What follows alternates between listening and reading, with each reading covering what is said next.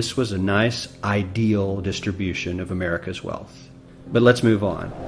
This is what people think America's wealth distribution actually looks like.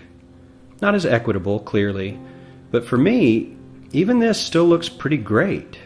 Yes, the poorest 20 to 30% are starting to suffer quite a lot compared to the ideal, and the middle class is certainly struggling more than they were, while the rich and wealthy are making roughly 100 times that of the poorest Americans and about 10 times that of the still healthy middle class.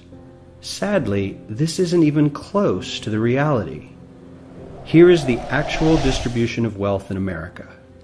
The poorest Americans don't even register.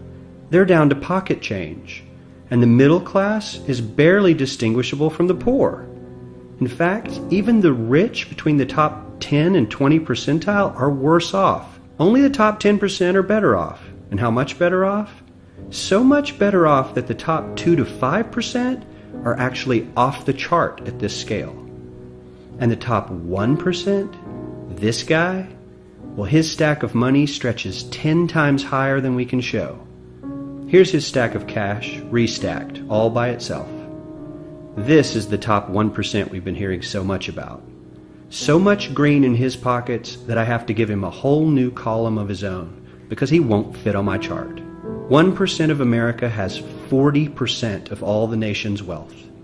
The bottom 80%, 8 out of every 10 people, or 80 out of these 100, only has 7% between them. And this has only gotten worse in the last 20 to 30 years.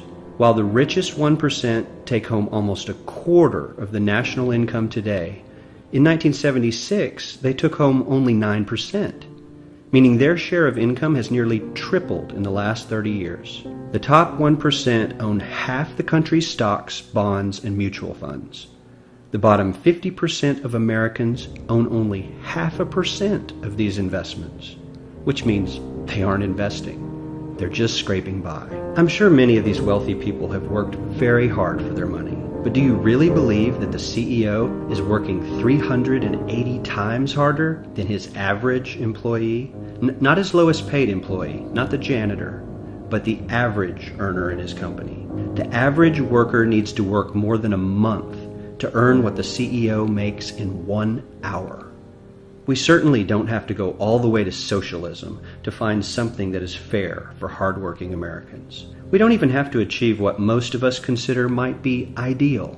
All we need to do is wake up and realize that the reality in this country is not at all what we think it is.